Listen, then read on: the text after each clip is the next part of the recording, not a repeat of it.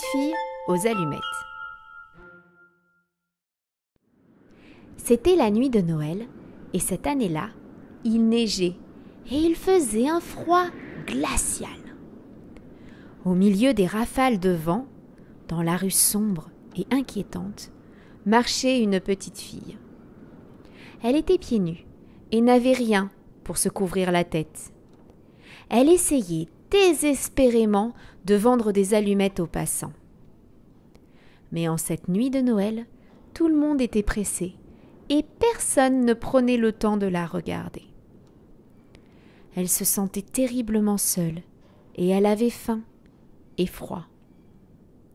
Impossible pour elle de rentrer chez elle sans avoir ramené de l'argent à la maison. Il faut dire que personne ne l'attendait vraiment. Sa grand-mère avait disparu l'année dernière et ses parents étaient partis depuis bien longtemps. Elle prit alors une décision. « Et si je craquais une allumette, cela me donnerait un peu de chaleur ?» L'allumette s'alluma et il sembla que la ruelle elle-même s'éclaira. On aurait dit que le temps s'était arrêté. Le vent ne soufflait plus, la neige ne tombait plus. Les fenêtres des maisons s'étaient allumées et on entendait même des rires et de la musique au loin. Mais d'un coup, tout s'éteignit. La ruelle joyeuse devint à nouveau une impasse grise et sombre. La petite fille s'assit et craqua une autre allumette. Ce qu'elle vit l'émerveilla encore plus. Un grand poêle se trouvait là. Il dégageait une douce chaleur. La petite fille en profita pour se réchauffer les doigts et les petits pieds. C'est agréable. Mais à nouveau, au moment où l'allumette s'éteignit, tout disparut. Ce n'est pas grave. Elle en craqua une nouvelle. Cette fois, elle vit une immense table sur laquelle brillait de la vaisselle en porcelaine.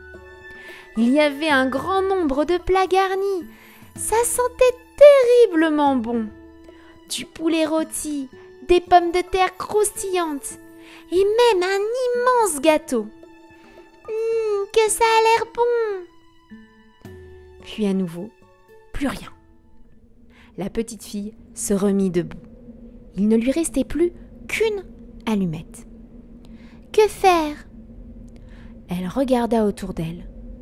Le monde était bien trop triste ici. Elle la gratta. Une grande clarté se répandit et elle vit sa grand-mère adorée. « Oh, grand-mère, c'est toi, que je suis heureuse de te voir.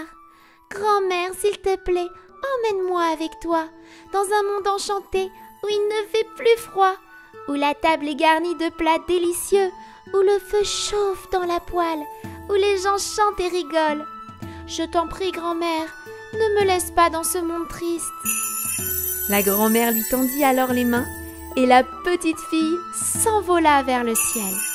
Elle vola en direction des étoiles, vers ce monde magique et magnifique.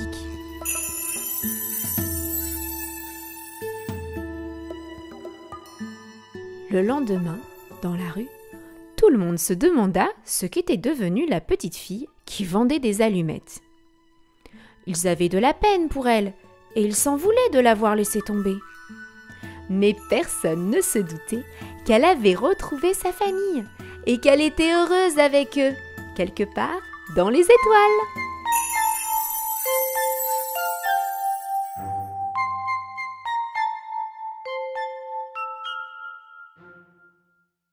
Bonjour à tous. Aujourd'hui, je vais vous raconter l'histoire du vilain petit canard. Cette histoire commence en plein été. Une cane couve ses œufs. Elle trouve le temps long.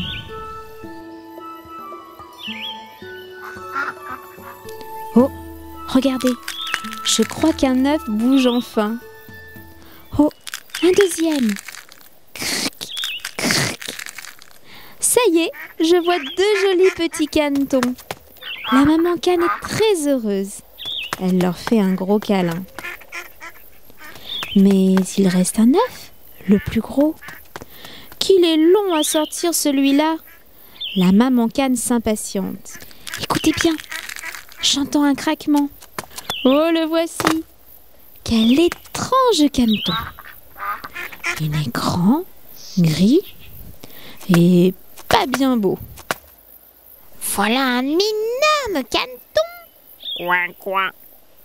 Aucun des autres ne lui ressemble. Il est si gros.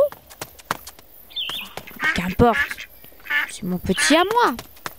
Et puis, il est beau quand même quand on le regarde bien. Coin, coin. Et ils partent tous ensemble pour leur première promenade.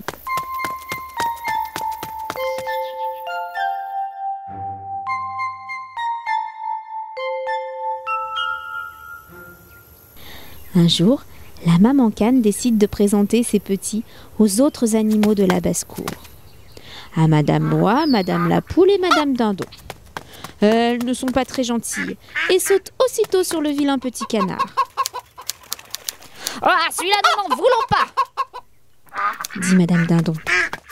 Ah, il est grand, il est trop laid.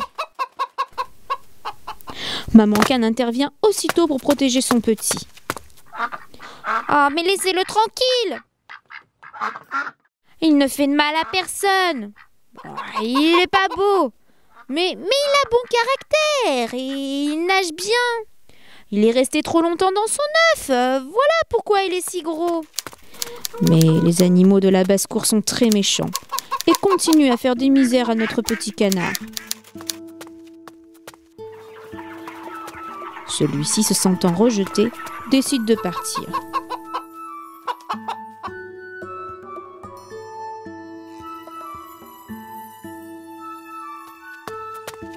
Il est maintenant tout seul.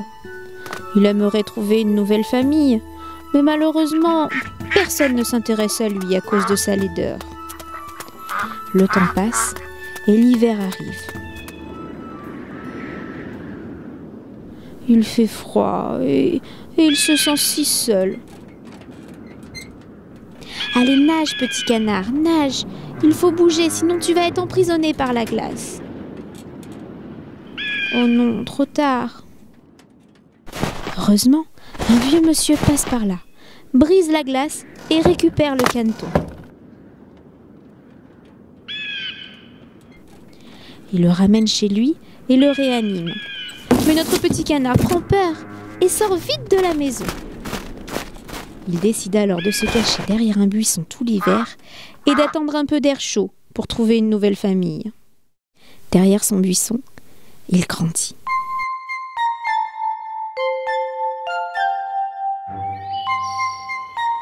C'est maintenant le printemps qui arrive. Debout, petit canard. Il fait chaud et il fait beau. Allez, lève-toi. Il y a des fleurs de partout et ça sent si bon.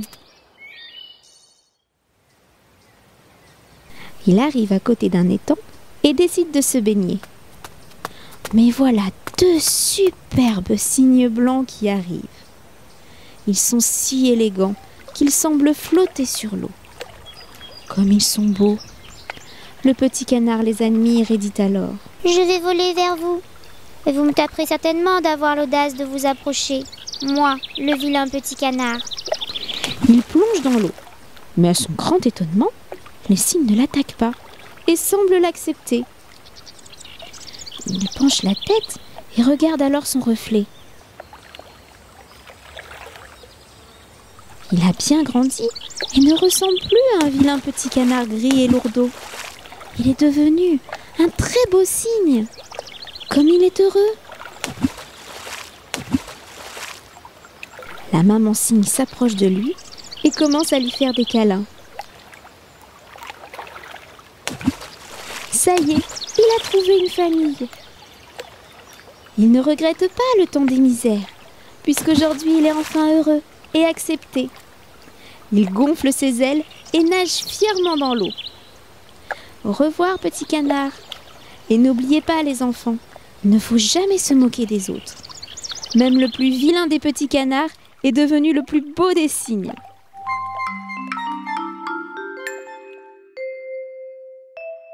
En haut de cette tour se cache une princesse. Elle se nomme Réponse, elle est très très belle. C'est une fille aux cheveux blonds, ses cheveux sont très très longs. En haut de cette tour se cache une princesse. En haut de cette tour se cache une princesse. Elle attend qu'on vienne, elle est en détresse. Monte donc beau prince charmant, la jolie princesse t'attend. En haut de cette tour se cache une princesse. En haut de cette tour se cache une princesse. Avec ses cheveux dorés, elle te fera monter. Mais attention, jeune prince, à la sorcière dans le coin. En haut de cette tour se cache une princesse.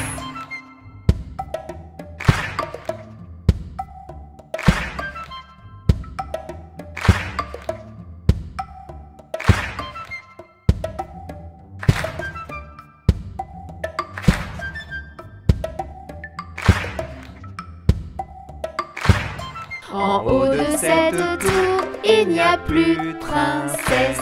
Elle est partie, c'est ce que tout le monde dit. Avec un beau prince charmant, et ils ont tout plein d'enfants. En haut de cette tour, il n'y a plus de princesse.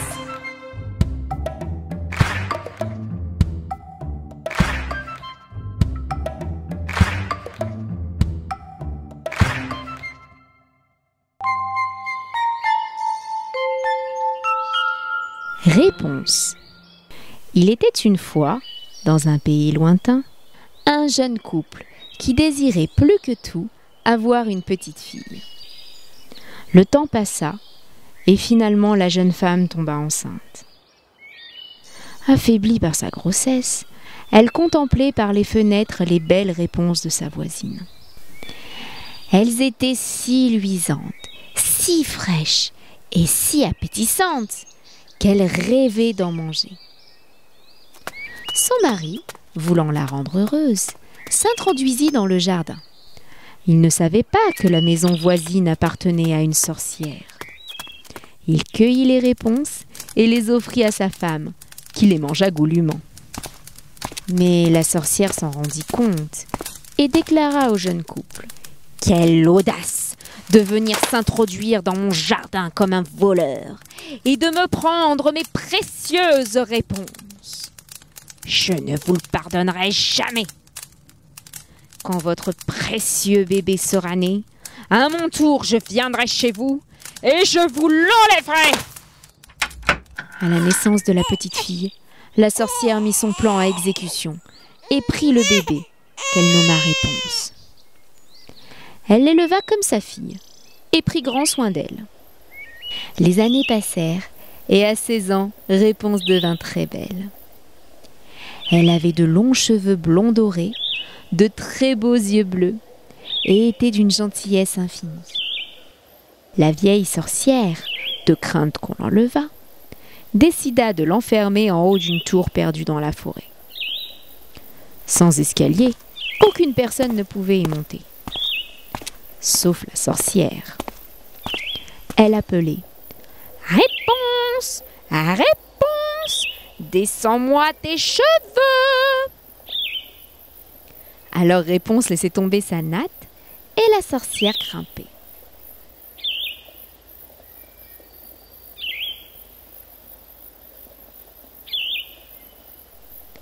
Un jour, la jeune fille crut entendre la voix de la sorcière. Elle descendit ses cheveux, comme à son habitude, mais ce fut un prince qui monta. Elle prit peur. Qui êtes-vous ? Ne vous approchez pas ! Ne vous approchez pas ! Le prince la rassura en lui parlant gentiment, et ils tombèrent amoureux. Le jeune homme passa la voir tous les jours, sans que la sorcière ne s'en aperçoive.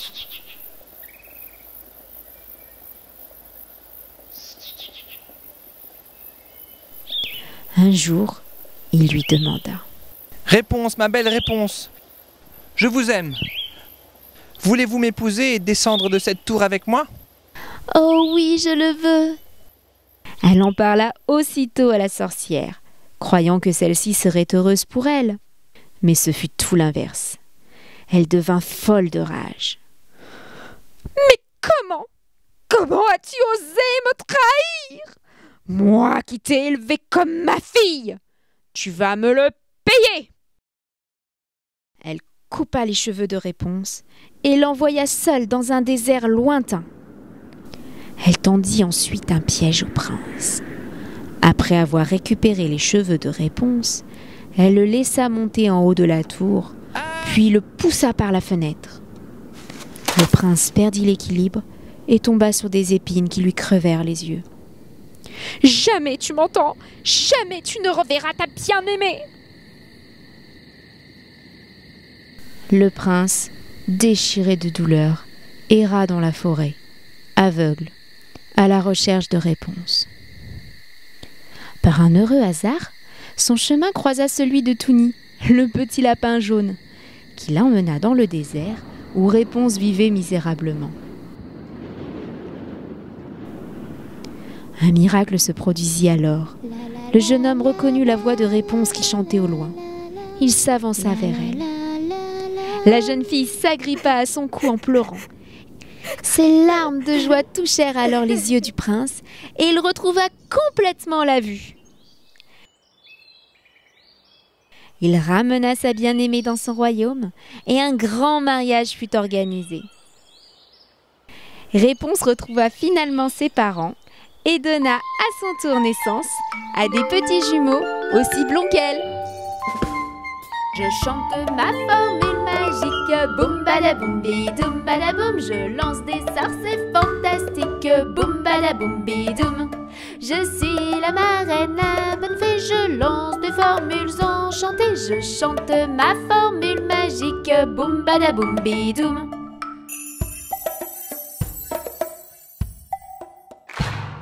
Je chante ma formule magique, boum badaboum bidoum badaboum. Je lance des sorts, c'est fantastique, boum badaboum bidoum. Je transforme une citrouille orange en carrosse, c'est vraiment étrange. Je chante ma formule magique, boum badaboum bidoum.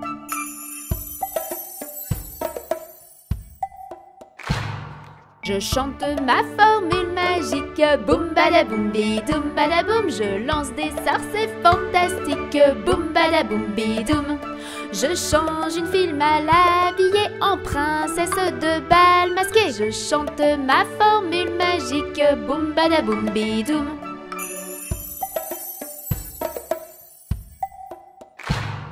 Je chante ma formule magique, boum badaboum bidoum badaboum. Je lance des sorts, c'est fantastique, boum badaboum bidoum. Ce soir Cendrillon va au bal trouver un beau prince royal. Je chante ma formule magique, boum badaboum bidoum.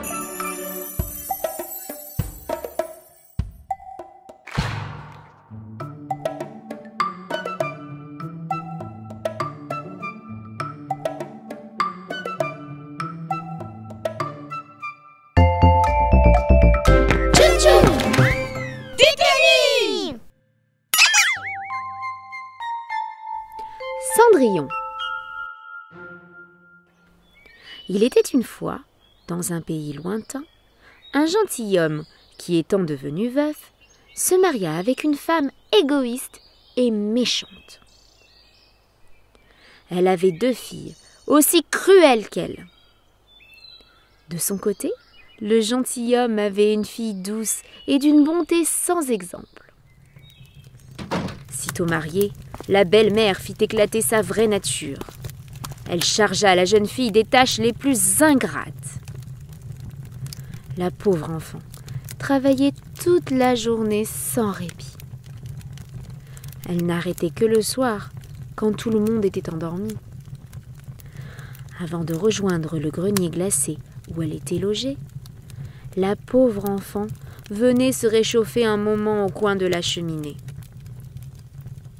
À cause de cela, sa robe était toujours couverte de cendres, si bien que ses sœurs, pour se moquer d'elle, la nommèrent Cendrillon. Un jour, le fils du roi donna un bal et pria toute toutes les jeunes filles de bonne famille de s'y rendre. Les 2 vilaines sœurs furent transportées de joie. Le prince organise un bal. Oh, je dois être la plus belle. Cendrillon! Lave et repasse vite toutes mes robes de soirée et tous mes rubans. Mais dépêche-toi donc! Est-ce que moi aussi je pourrais venir avec vous au bal? Cendrillon au bal! On verrait bien si on te voyait avec ta robe pleine de cendres et ton balai. Allez, viens vite me coiffer. N'importe quelle autre fille les aurait coiffées de travers, mais pas Cendrillon. Elle était bonne. Elle aida ses sœurs du mieux qu'elle le put. Le soir du bal arriva. Les sœurs partirent au bal et Cendrillon resta toute seule, près de la cheminée. Elle était si triste. Elle pleurait. C'est alors qu'apparut une fée, la marraine de Cendrillon. Elle sentit aussitôt la peine de sa filleule. « Bonjour ma chérie, pourquoi pleures-tu autant? Tu voudrais aller au bal toi aussi ?» Oh oui, j'aimerais tellement. Mais c'est impossible. Tu es une belle personne, Cendrillon. J'ai vu que tu t'étais bien occupée de tes sœurs. Allez, viens, suis-moi dans le jardin. Il faut qu'on trouve une bonne grosse citrouille. Une citrouille? Mais pourquoi faire, marraine? En un coup de baguette magique, la fée transforma la citrouille en un magnifique carrosse. Elle trouva aussi des petites souris et les transforma en chevaux. Puis elle demanda à Touni qui passait par là. « Veux-tu être le cocher de Cendrillon, petit Touni ?» Touni était tout content de remplir ce rôle. Puis la fée se tourna vers Cendrillon. En 2 secondes, la jeune fille se retrouva habillée d'une ravissante robe de bal et chaussée de magnifiques pantoufles de verre. « Oh, merci, merci beaucoup, marraine. » N'oublie pas, Cendrillon, au 12e coup de minuit, ma magie disparaîtra. Tu dois absolument être rentrée avant. Lorsque Cendrillon arriva au bal, elle fit grande impression. Personne ne la reconnut, pas même ses horribles sœurs. Tout le monde la regarda avec admiration. Elle était si belle, si élégante. Le prince lui-même sembla subjugué. Il l'invita aussitôt à danser et ne la quitta plus de la soirée. Cendrillon était si heureuse qu'elle oublia complètement l'heure. En entendant le premier coup de minuit, elle se précipita dehors. Le prince essaya de la suivre, mais il ne réussit pas à l'attraper. Il ne restait alors que la pantoufle de verre que Cendrillon avait laissée tomber dans la précipitation. Cendrillon rentra chez elle, sans carrosse, sans laquais, avec ses vilains habits, mais heureuse comme jamais. Le lendemain, le prince fit un communiqué officiel. Il déclara qu'il souhaitait épouser la jeune fille qui arriverait à mettre la pantoufle de verre. Un messager du prince parcourut tout le pays à la recherche d'une jeune fille qui arriverait à enfiler ses chaussures. Mais le pied de Cendrillon était si petit que personne n'y arrivait. Il se présenta devant les 2 jeunes filles. Elles firent tout leur possible pour faire rentrer la chaussure dans leurs pieds.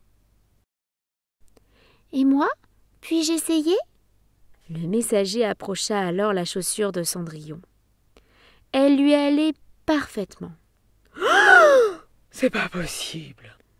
L'étonnement des 2 sœurs fut grand, mais encore plus grand quand Cendrillon tira de sa poche l'autre pantoufle. On conduisit alors Cendrillon au prince, qui la reconnut aussitôt malgré ses vilains habits. Quelques jours plus tard, un grand mariage fut organisé. Cendrillon était très bonne et elle pardonna à ses sœurs. Elle les logea même au palais.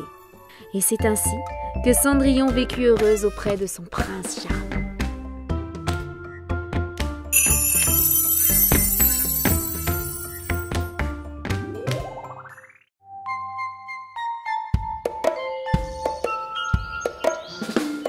Il était une fois dans un joli petit bois. 3 petits cochons qui faisaient des bonds, des ronds, des patapons et un méchant loup, un vilain filou, avait une faim de loup et il criait.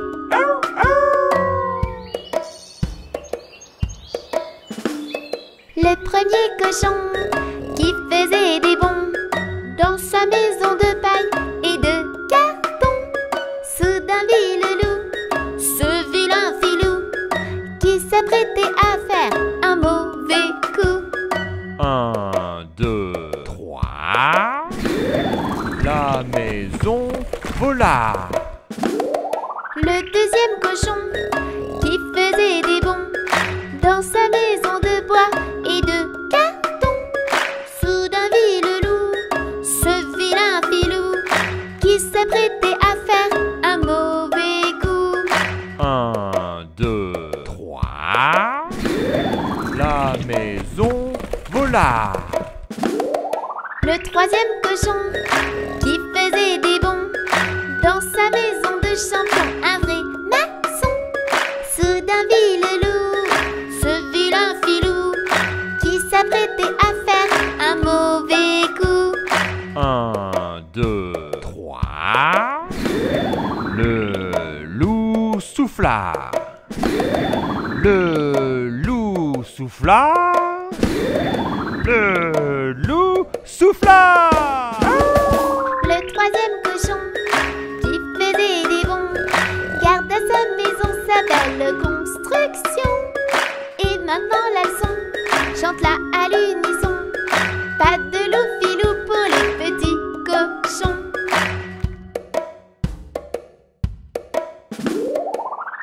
Maintenant, je vais vous raconter l'histoire des 3 petits cochons.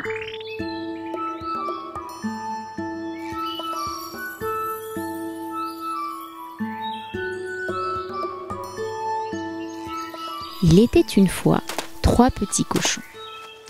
Le jour arriva pour eux de quitter la maison de leur maman. Au revoir, mes chéris.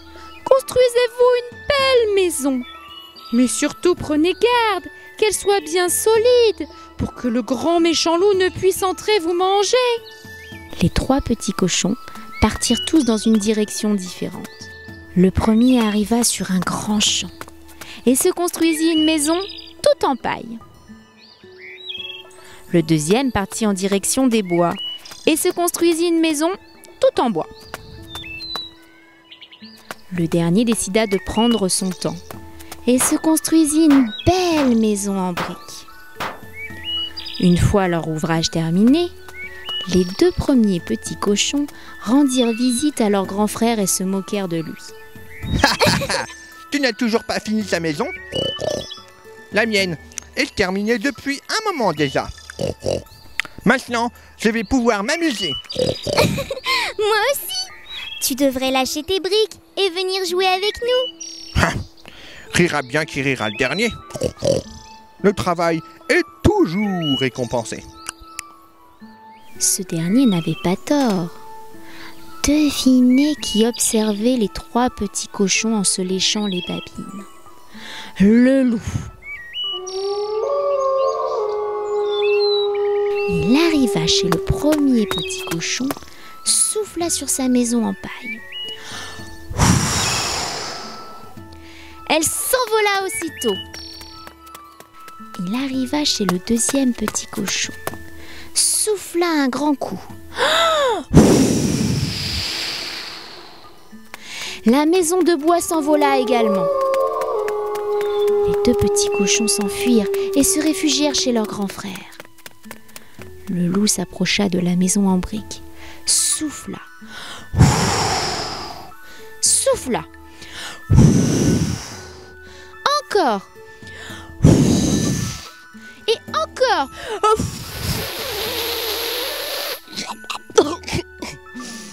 Mais la maison ne bougea pas. Je ne vais pas me laisser faire. Je finirai bien par les manger, ces 3 petits cochons. Je sais, je vais monter sur le toit et entrez par la cheminée.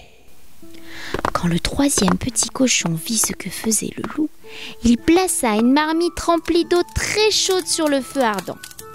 Et juste au moment où le loup arriva, il ôta le couvercle.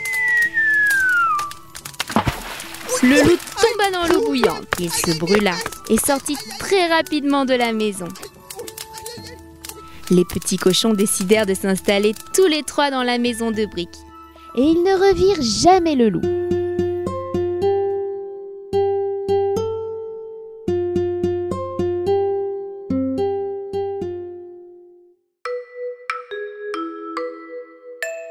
Hansel et Gretel perdus dans la forêt.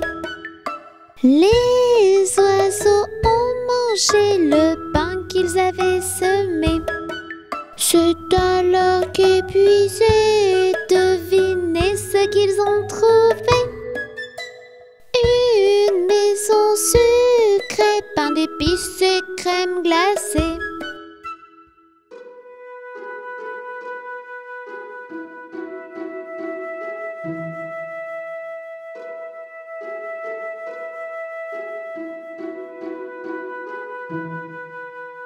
Une vieille mémé sort de la maison sucrée.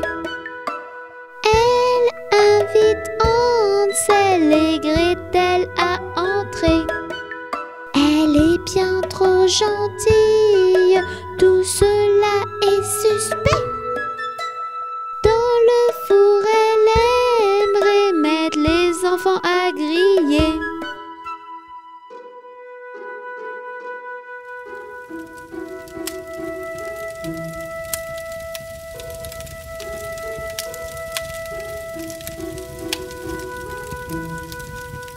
Mais mes méchantes sorcières au gros nez, dans le four allumé, Gretel va te pousser. Dès ton trésor trouvé, les enfants pourront rentrer. Ainsi l'histoire d'Hansel et Gretel va se terminer.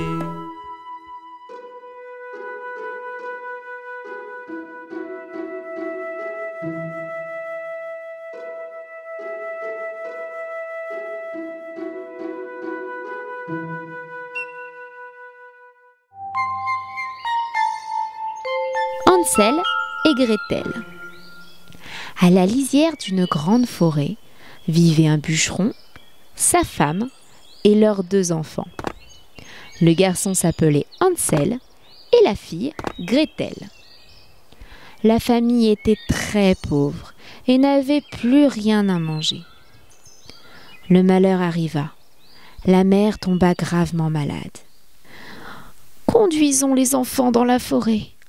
Nous leur allumerons un feu et nous leur donnerons à chacun un morceau de pain. Puis nous partirons et nous les abandonnerons. » Abandonner nos enfants? Jamais! Tu te rends pas compte de ce que tu dis? Mais je n'en peux plus. Tu préfères que nous mourions tous de faim? Le lendemain, le bûcheron et ses enfants partirent faire une promenade en forêt. Hansel, qui avait entendu ses parents parler la veille, sema des morceaux de pain le long du chemin pour retrouver sa maison. Au milieu de la forêt, le bûcheron alluma un grand feu. Puis il attendit que ses enfants s'endorment et le cœur brisé, il partit. Au réveil, les enfants constatèrent qu'ils étaient seuls. Ne pleure pas, Gretel. J'ai déposé des petits morceaux de pain le long du chemin. Nous allons retrouver la maison, je te le promets. Oh non, regarde Hansel, regarde. Les oiseaux ont mangé ton pain. Mais comment allons-nous faire? Il faut continuer à marcher. Nous finirons bien par trouver un abri pour la nuit. Ils continuèrent, s'avançant toujours un peu plus dans la forêt. C'est alors qu'ils aperçurent une charmante maisonnette. Regarde, Gretel, une maison en pain d'épices, en crème glacée et couverte de friandises. Que ça a l'air bon! Les enfants affamés se précipitèrent sur les sucettes. C'est alors qu'une vieille dame au nez crochu apparut. « Entrez les enfants, entrez. J'ai plein de bonbons à l'intérieur. » Mais la gentillesse de la vieille dame n'était qu'apparente. En réalité, c'était une méchante sorcière qui avait construit la maison en pain d'épices pour attirer les enfants. Une fois à l'intérieur, elle enferma Hansel dans une cage et lui donna des bonbons. « Tiens, mange, je te les avais promis. Il faut que tu sois bien dodu pour que je puisse te manger. » Oh non! Gretel, horrifiée par les propos de la vieille sorcière, attendit patiemment qu'elle passe devant le four et la poussa. Ensuite, elle courut à la cage pour délivrer son frère. « Viens vite, Hansel. La vieille sorcière garde un trésor dans sa chambre. Prenons-le et ramenons-le chez nous. » Ils sortirent de la maison avec leur butin et trouvèrent un petit lapin jaune appelé Touni. Le petit lapin jaune leur montra le chemin pour rentrer chez eux. « Merci, Touni. »« Papa, maman, Nous voici, c'est nous, Hansel et Gretel. » Ils sautèrent au cou de leurs parents. Quel bonheur, mes enfants! J'étais tellement inquiet. Je vous aime tant. La mère, qui avait retrouvé la santé, s'excusa auprès de ses enfants.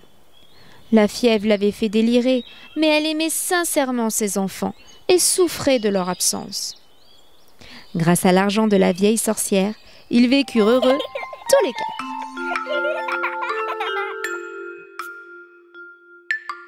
Boucle d'or entre dans la maison, des deux sources et du petit ourson. Papa Gaston, maman Susan et petit ourson.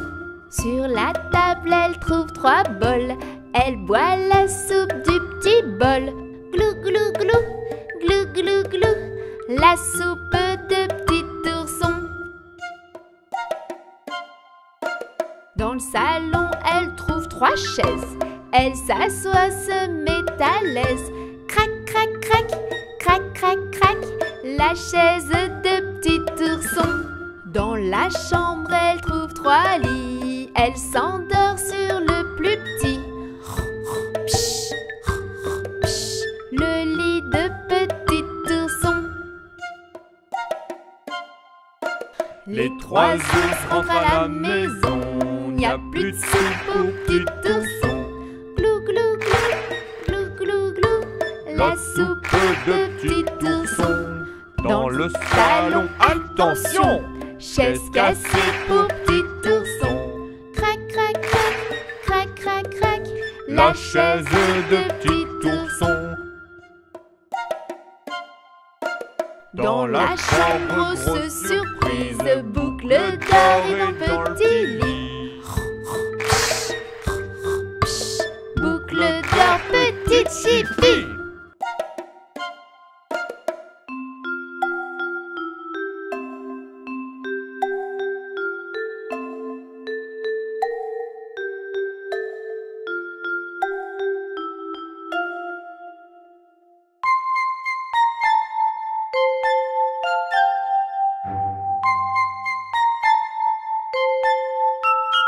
La princesse au petit pois. Il était une fois un prince qui voulait épouser une vraie princesse.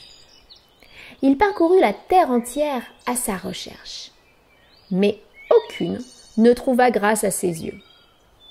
Toujours une chose ou l'autre qui ne lui semblait pas parfaite. Il rentra chez lui tout triste.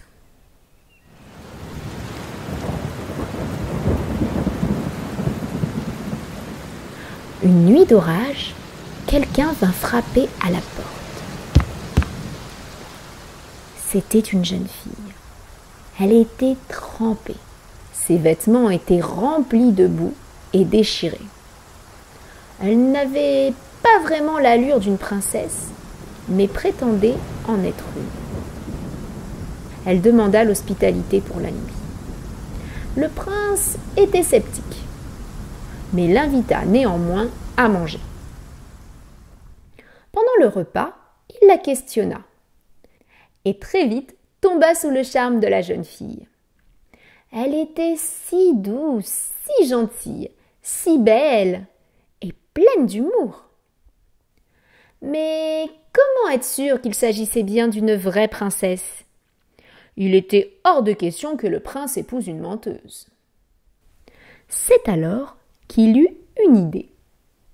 Il fit installer dans sa chambre un lit, avec une vingtaine de matelas et une vingtaine d'édredons en plumes d'éder, sous lesquels il avait auparavant placé un petit poids. « Voici votre chambre, princesse. Je l'ai installée du mieux que j'ai pu. J'espère que vous passerez une bonne nuit. »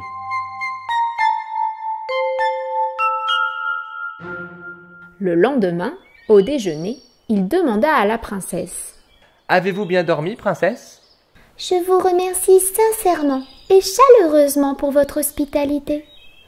Mais je dois vous avouer que j'ai affreusement mal dormi. Il y avait quelque chose de si dur sous les matelas que je suis couverte d'hématomes. » Le prince comprit alors qu'il s'agissait bien d'une vraie princesse, puisqu'à travers les 20 matelas et les 20 édredons, elle avait senti le petit poids. Une peau si sensible ne pouvait être que celle d'une vraie princesse. Le prince, soulagé, la demanda en mariage aussitôt, et le mois suivant, une grande noce fut célébrée. Je suis sûre que vous vous demandez ce qui est advenu du petit pois. Eh bien, aujourd'hui encore, il est exposé dans un musée où l'on peut venir le voir.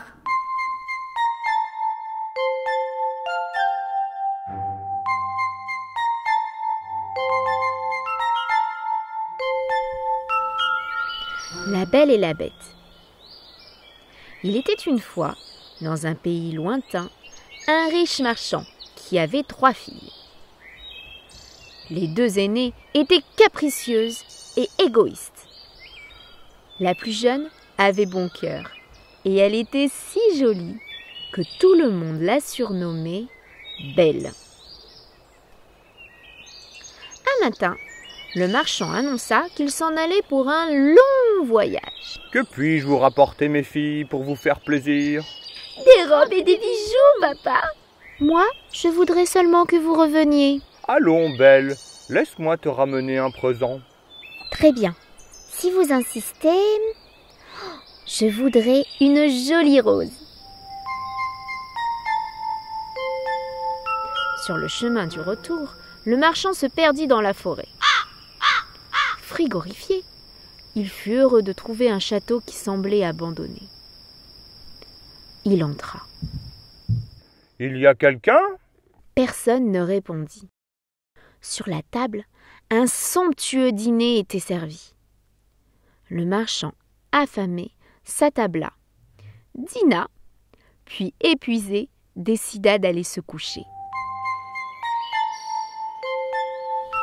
Le lendemain matin, en quittant le château, il remarqua des roses dans le jardin et décida d'en cueillir une pour sa fille. C'est alors qu'une horrible bête apparut devant lui. « Comment oses-tu me voler, moi qui t'ai offert mon hospitalité? Est-ce ainsi que tu me remercies? » « Pitié, monseigneur, je suis désolé. Ce n'est qu'une petite rose pour l'une de mes filles. »« Fort bien. J'épargnerai donc ta vie à la condition que l'une de tes filles vienne vivre ici avec moi. » Le cœur brisé, le père rentra chez lui et expliqua la situation à ses filles. Belle accepta aussitôt de se rendre au château. Quand elle y arriva, Belle découvrit qu'un délicieux repas avait été préparé à son intention. Alors qu'elle commençait à peine à manger, la bête apparut. Belle faillit s'évanouir de frayeur. Mais la bête lui souhaita seulement bonne nuit et s'en alla. Belle chercha alors dans le château un endroit où dormir. Elle arriva devant une porte couverte de roses. Elle entra et s'aperçut que la pièce avait été aménagé pour elle. Elle se dit alors: si la bête voulait me tuer, elle n'aurait pas fait tout ça. Durant les mois qui suivirent, la Belle et la Bête apprirent à se connaître et à s'apprécier. La Bête n'était pas méchante. Un soir, la Bête demanda à Belle si elle voulait l'épouser. Belle refusa. La Bête, le cœur brisé, décida de lui rendre sa liberté. Vous pouvez rentrer chez vous. Vous n'êtes plus ma prisonnière. Tenez, voici une bague. Si vous voulez me revoir, il vous suffira de la mettre à votre doigt et elle vous conduira jusqu'à moi. Belle rentra chez elle, très heureuse de retrouver sa famille, mais le cœur lourd. Elle s'occupa de son père malade et ne pensa plus à la Bête pendant plusieurs jours. Une nuit, elle fit un horrible cauchemar. Elle rêva que la Bête était morte de chagrin dans son grand château. Prise de panique, elle mit la bague et se retrouva comme par magie au palais. Elle chercha la Bête partout et finit par la trouver gisant sur le sol exactement comme dans son rêve. Je ne pensais plus jamais te revoir et je me suis laissé mourir. Mais non, tu dois vivre. Je t'aime et je veux t'épouser. À peine eut-elle prononcé ces mots qu'une chose extraordinaire arriva. Le château se métamorphosa et la Bête devint le plus beau des princes. Oh Belle, en acceptant de m'épouser, tu as brisé le sortilège qu'une méchante sorcière m'avait jadis lancé. Belle avait brisé le sort, car elle avait compris que la véritable beauté vient du cœur. Un grand mariage fut célébré au château avec tous les amis et la famille de Belle. Ils vécurent heureux et eurent beaucoup d'enfants.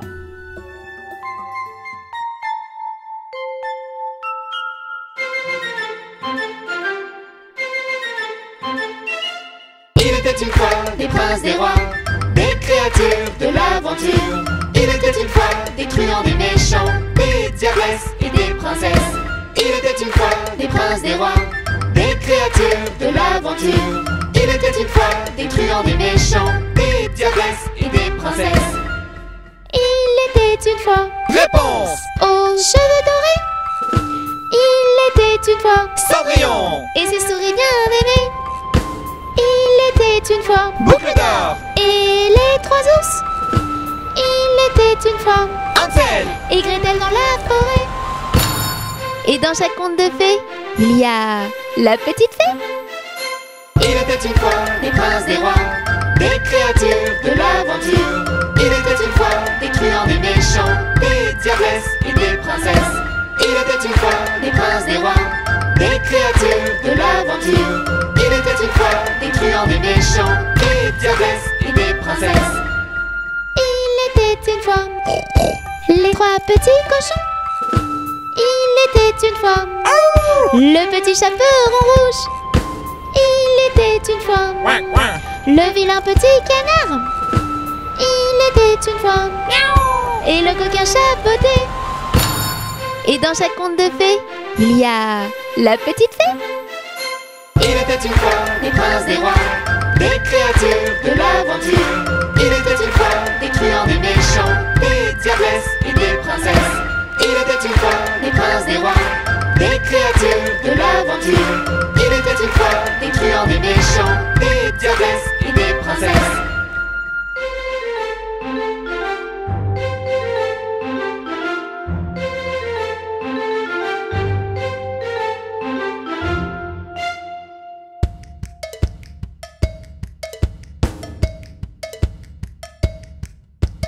Tout le monde debout, il est l'heure. Tout le monde debout, tous en cœur, prêts à danser et sauter. Toute la journée. C'est la chanson des enfants, mais aussi celle des parents. Pour bouger, danser et sauter. Toute la journée. C'est la fête, les amis. On danse avec Mélie et Touni, tous les grands, les petits. C'est la danse, danse, danse.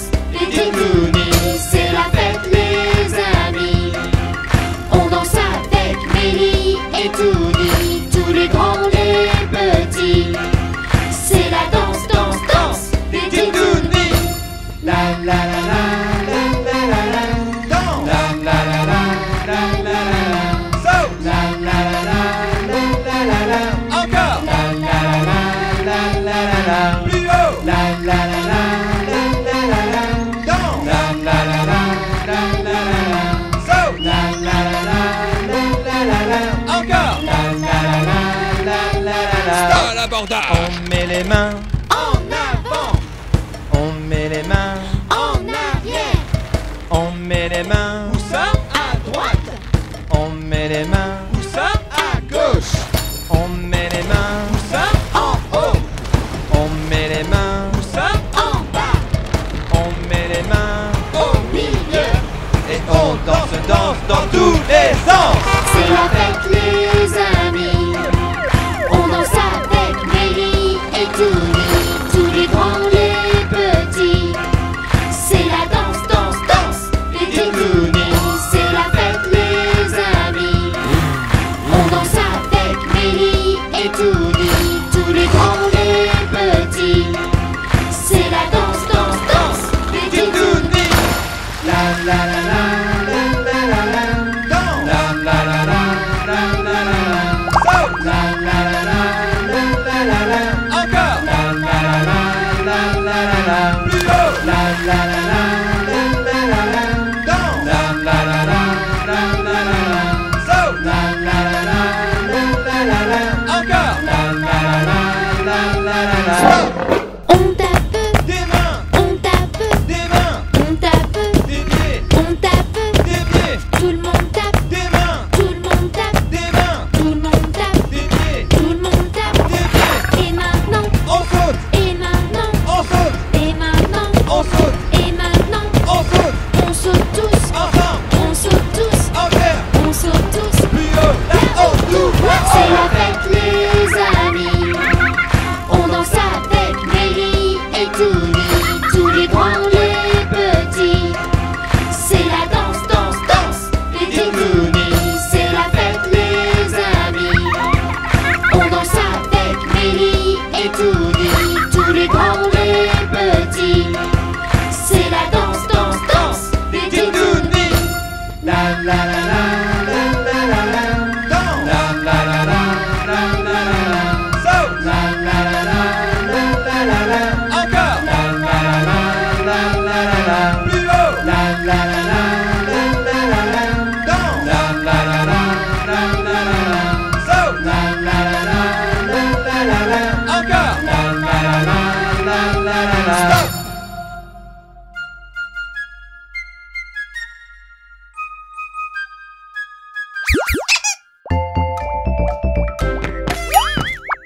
Ils sont tout